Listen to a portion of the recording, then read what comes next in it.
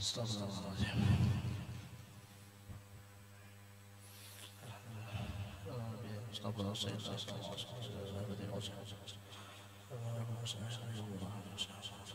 الفاتحة. أعوذ بالله من الشيطان الرجيم. بسم الله الرحمن الرحيم. إياك نعبد وإياك نستعين. صراط الذين أنعمت عليهم غير المغضوب عليهم. آمين. بسم الله الرحمن الرحيم.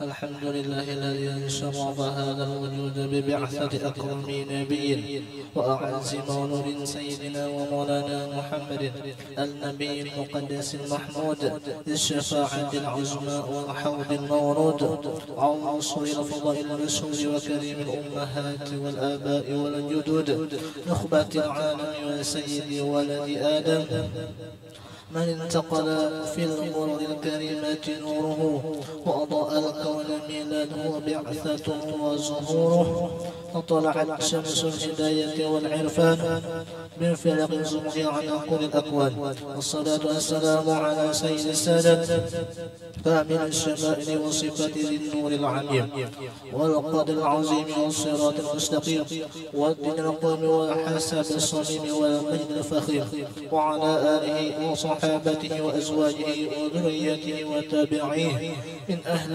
ملته وخديجة التي تشرفت بعشرته وصحبته وفازت بخدمته وشهدت يوم بعثته وقامت بتأييده في دعوته ومؤازرته ونصرته.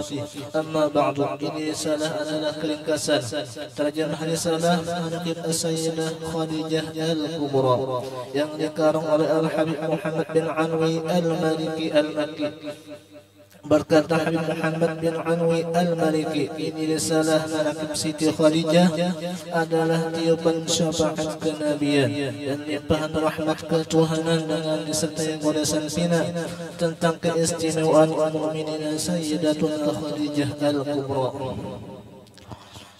Beliau adalah Rasulullah SAW.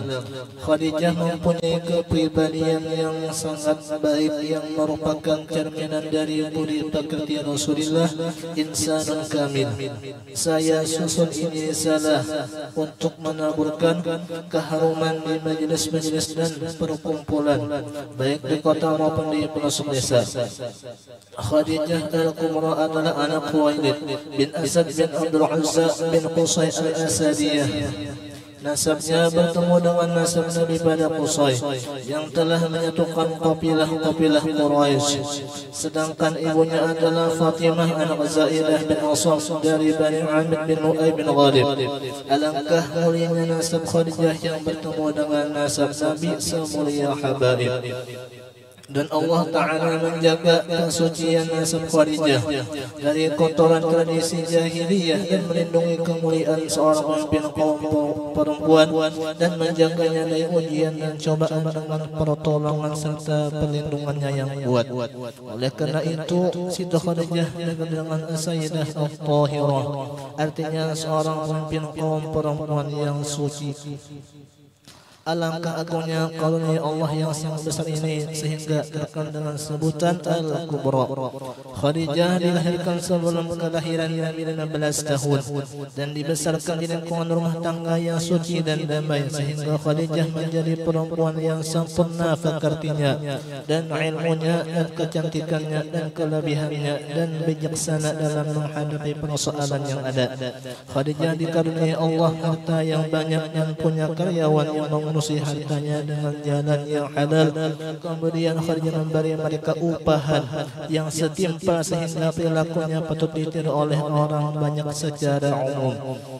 Khadijah adalah sebagai intan permata yang sangat mahal. Khadijah adalah menjadi pohon kepribadian yang tinggi baik secara perorangan atau secara umum. Allahumma ansurna bihaqqi ridwani 'alaiha wa amidna bil asrari allati awda'taha lana. Allahumma shalli wa sallim ala zawjiha al-amin sayyidina wa maulana Muhammadin wa ala alihi wa sahbihi ajma'in. Allahumma shalli wa sallim wa barik 'alaihi wa 'alaiha. Sungguh Allah Ta'ala menghendaki bagi Khadijah bahwa terhimpun padanya kemuliaan dunia dan akhirat. Maka sampai khabar-khabar dakwah Nabi kepadanya. Khadijah pun langsung menerima dakwah Nabi dengan penuh perhatian dan serta keyakinan. Khadijah langsung meyakini bahawa Nabi Muhammad adalah orang yang diakui keutamaannya yang sangat jelas dan yang telah disaksikannya sebagai orang yang takwa kepada Allah dan suci dari dosa dan orang yang dapat dipercaya dan orang yang jujur, sehingga Khadijah yakin bahawa usaha orang yang semacam ini jujur akan membawa hasil dan perdagangannya insya-Allah akan mendapat untung, sehingga Khadijah menyerahkan harta dagangannya kepada Nabi Muhammad untuk menjualkannya dan upah yang melebihi dari orang lain. Maka Nabi Muhammad pun menerima barang dagangan Khadijah dan keluar membawanya ke negeri Syam. Khadijah menyertakan Maisarah seorang pembantunya bersama Nabi, dan ia berpesan pada Maisarah untuk betul-betul membantu Nabi dan melayaninya, sehingga Allah menanamkan di dalam hati Maisarah rasa simpati dan mahabbah dan dapat menangkap keperluan Nabi dengan kecerdasannya dan kepandaiannya, dan membantunya dan melayaninya dengan penuh keikhlasan dan menemaninya dengan penuh rasa persahabatan. Dengan mata kepala sendiri Maisarah menyaksikan sesuatu dan rahasia-rahasianya dan mendengar dengan telinganya daripada khabar-khabar berita. Dari situlah Maisarah mendapat berita akan apa yang telah diceritakan oleh seorang rahib pastor yang bernama Nustura. Ini betul-betul kenyataan, bukan cerita bohong dan bukan cerita fantasi. Sehingga rahib berkata pada saat melihat kekasih Allah yang mulia Nabi Muhammad yang sedang beristirahat di bawah sebuah pohon yang ada di sana. Rahib bertanya, siapakah orang yang cahayanya mengalahkan bulan purnama di jagat ini? Lalu Maisarah menjawabnya, inilah seorang laki-laki terhormat dari tanah haram. Kemudian rahib berkata dengan suara yang meyakinkan, tidak salah lagi orang yang bernaung duduk di bawah pohon itu adalah seorang nabi atau seorang rasul. Selanjutnya rahib bertanya pada Maisarah, apakah pada kedua matanya terdapat merah-merah yang tidak terpisah? Maisarah pun menjawabnya, ya benar. Lalu rahib berkata, inilah dia nabi yang terakhir. Alangkah bahagianya bagi orang yang membenarkannya serta beriman kepadanya. Kemudian di tengah perjalanan terjadi antara Rasulullah dengan seorang laki-laki perselisihan dalam sebagian harga jualan. Laki-laki tersebut bersumpah dengan nama berhala Lata dan Uzza sebagaimana adat mereka. Lalu Rasulullah berkata, demi Allah, aku tidak akan bersumpah dengan keduanya. Laki-laki tersebut seraya berkata, perkataan yang benar adalah perkataanmu dan pendapat yang benar adalah pendapatmu. Kemudian laki-laki tersebut berkata kepada Maisarah, ini laki-laki demi Allah adalah seorang nabi. Dengan hadirnya dia di pasar kita ini, kita bisa menjadi mulia, dan sungguh para pendeta-pendeta kami telah menemukan keterangan tentang sifat-sifatnya dalam kitab-kitab kami. Pada saat yang singkat ini ia melihat segumpal awan menaungi Nabi, tidak kepada yang lain. Di saat hari yang cerah tengah hari, dikatakan dalam satu riwayat bahwa ia melihat dua orang malaikat menaungi akan Nabi Sayyidul Kaunain, penghulu dua alam jin dan manusia. Allahumma sunna fahatwani alaiha wa amitna bil asma'i allati awda'taha ladaiha. Allahumma salli wa sallim ala zawjiha al-amin Sayyidina Muhammadin wa ala alihi wa sahbihi ajma'in. Allahumma salli wa sallim wa barik alaihi wa alaiha. Ketika Nabi telah menyelesaikan tugasnya dan semua barangnya telah terjual, beliau kembali ke Mekah dengan mendapatkan kebaikan yang banyak dan datang membawa keuntungan yang banyak. Maka dengan itu Siti Khadijah sangat senang dan memuji akan hasil pekerjaan Nabi dan melihat kepadanya dengan pandangan kagum dan hormat, dan memuliakan akan dia dengan penuh kemuliaan dan merasa berkesan dengan kepribadian Nabi. Maka menyembunyikan Khadijah dalam jiwanya akan kebesaran kadar kedudukan Nabi, sehingga benih mahabbah tertanam di dalam dirinya. Apakah lagi ditambah dengan kejadian dan keanehan yang diceritakan oleh Maisarah kepada Khadijah. Di antaranya tentang awan yang selalu menaungi dalam perjalanan, dan dilipat bumi dan pertolongan Allah yang selalu menyertai dalam perjalanan, seperti kerikil dan batu-batuan yang menjadi lemah di bawah telapak Nabi. Semuanya selalu diperhatikan Maisarah dan dilihat dengan mata kepalanya sendiri. Maisarah kabarkan semua itu berupa perilaku Nabi yang baik dalam pergaulan dan berbisnis, sementara Khadijah sendiri menyaksikan daripada kejujurannya dan besar kepercayaannya dan amanahnya dan ketinggian budi pekertinya Nabi dan agamanya, sehingga ketinggian akhlak dan budi pekerti Nabi telah membuah suatu keyakinan yang menetap di dalam hati Khadijah, dan ia rasakan sesuatu yang aneh dalam hatinya tentang rupa dan bayangan kekasih yakni Nabi Muhammad sallallahu alaihi wasallam.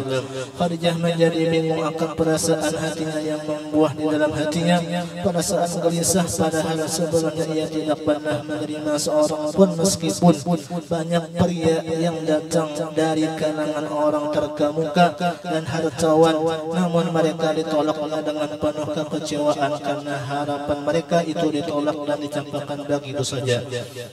Allahumma ansurna bihaqi du'ani 'alaiha wa amitna bil aswai allati awda'taha lana. Allahumma salli wa sallim ala zawjiha al-amin sayyidina Muhammadin wa ala alihi wa sahbihi ajma'in.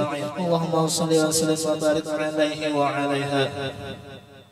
Ketika Allah menghendaki kebahagiaan yang abadi dan kemuliaan dan keutamaan atas Khadijah, maka Allah lebihkan dalam hati Khadijah untuk tidak mensia-siakan kesempatan emas ini. Maka ia lalu memilih seorang pendamping untuk dirinya, yaitu Nabi Muhammad Az-Zakiyul Amin, penghulu anak cucu Adam sekalian. Kemudian Rasulullah yang agung dilamarnya dan dia berkata, "Wahai anak pamanku, bahwasanya aku telah tertarik padamu karena qarabatmu dan kemuliaanmu dan keluhuran kepangkatanmu." Dalam satu riwayat bahwa Khadijah mengutus Nafisah binti Umayyah sebagai penghubung kepadanya, maka berkata Nafisah bagi Nabi, "Apa yang menegah kamu dari kawin?" Maka Nabi pun menjawab, "Tidak ada padaku sesuatu." Maka berkata Nafisah, "Maka jika engkau dianggap orang yang cukup dan akan diberi harta dan kecantikan dan keserasian, bagaimana?" Nabi pun menjawab, "Siapa orangnya?" Nafisah pun menjawab, "Dia adalah Khadijah." Kemudian Nabi menerimanya. Allahumma ansurna bihaqi du'ani 'alaiha wa amitna bil aswari allati awda'taha lana. Allahumma salli wa sallim ala zawjiha al-amin sayyidina Muhammadin wa ala alihi wa sahbihi ajma'in.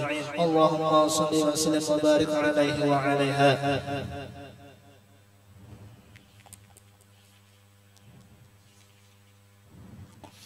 Di antara keistimewaan Khadijah ialah bahwa Nabi Muhammad tidak pernah melupakan cintanya kepada Khadijah untuk selama-lamanya, dan Nabi selalu menjaga keluarganya semasa hidupnya beliau, selalu mengirim hadiah untuk keluarga Khadijah dan tidak pernah meninggalkan mereka. Setiap Nabi membagi-bagi rezeki kepada sahabat-sahabatnya.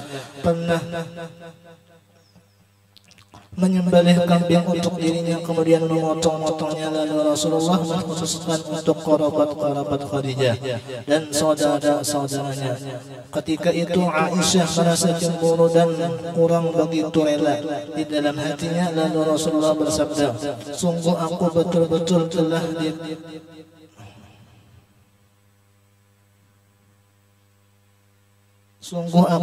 dikaruniai Allah cintanya, maka aku mencintai orang yang mencintai Khadijah." Di antara keistimewaannya bahwa Rasulullah banyak sekali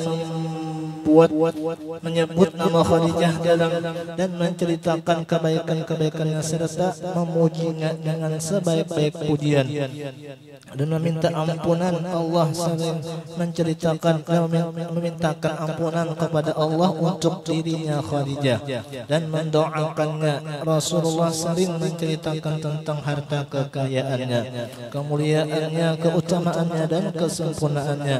Manakala Aisyah mendengar Rasulullah sedang menceritakan tentang Khadijah, maka ia betul-betul merasa sangat cemburu. Lalu Aisyah mengatakan Khadijah tidak lain kecuali perempuan yang merah kedua pipinya telah menjadi nenek tua. Allah telah menggantikan untukmu yang lebih cantik daripadanya, seorang gadis yang masih belia. Maka seketika itu Rasulullah marah dengan ucapannya dan membencinya atas perbuatan seperti itu. Seraya berkata, Allah tidak akan menggantikan untuk diriku yang lebih baik daripada Khadijah. Ia telah beriman kepadaku pada saat orang-orang kafir kepadaku. Ia telah membenarkanku pada saat orang-orang sedang mendustakanku. Ia telah menolongku pada saat orang-orang mengusir diriku. Ia telah melapangkanku pada saat orang-orang menghalangiku. Dan ia telah memberi keturunan padaku sedangkan istri-istri yang lain tidak memberikannya. Dengan demikian dapat kita ketahui bahawa kecemburuan Aisyah bukan terlahir dari rasa benci atau permusuhan akan tetapi itu adalah tabiat dan biasa dimaklumi pada tiap-tiap perempuan. Aisyah meriwayatkan hadis tentang Khadijah kepada kita. Seandainya Aisyah tidak menceritakan, kita tidak mengetahui hadis tersebut. Allahumma sunna faharidwani alaiha وأمدنا بالأصالة وجعلتها لديها. اللهم صل وسلم على زوجها الأمين سيدنا محمد وعلى آله وصحبه أجمعين. اللهم صل وسلم وبارك عليه وعليها. Daripada keistimewaan Khadijah bahwa Allah Rabbul Izzah telah mengirim salam kepada Khadijah melalui Jibril.